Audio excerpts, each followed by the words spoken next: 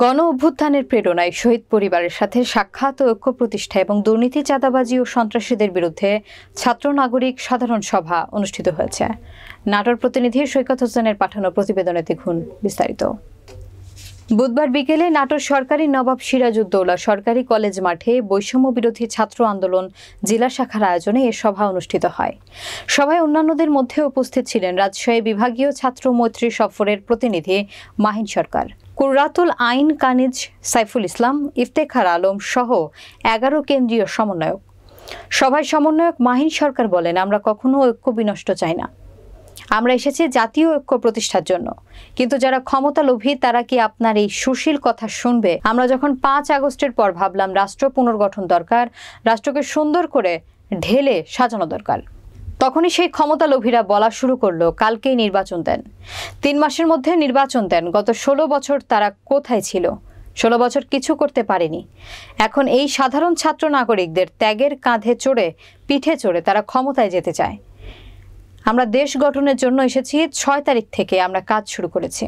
আমাদের প্রথম লক্ষ্য ছিল যে সমস্ত ভাই ও বোন যারা শহীদ হয়েছেন তাদের সঠিক তথ্য সংগ্রহ করে তাদের রাষ্ট্রীয় মর্যাদা দেওয়ার ব্যবস্থা করা। আমরা কখনো ঐক্য বিনষ্টি চাই না।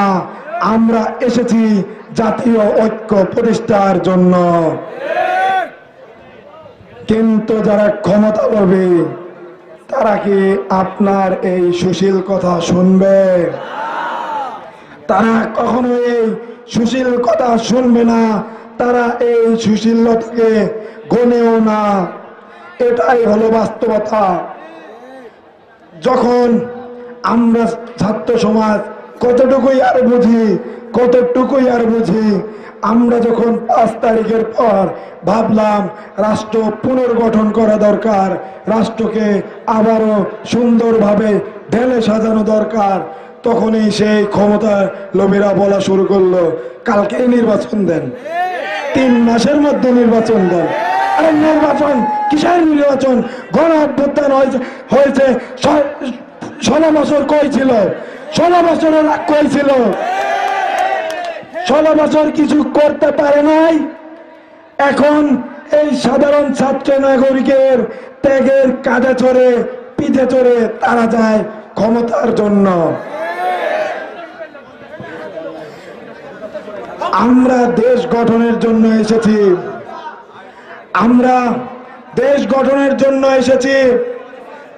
6 তারিখ থেকেই আমরা দেশ গঠনের কাজ শুরু করেছি।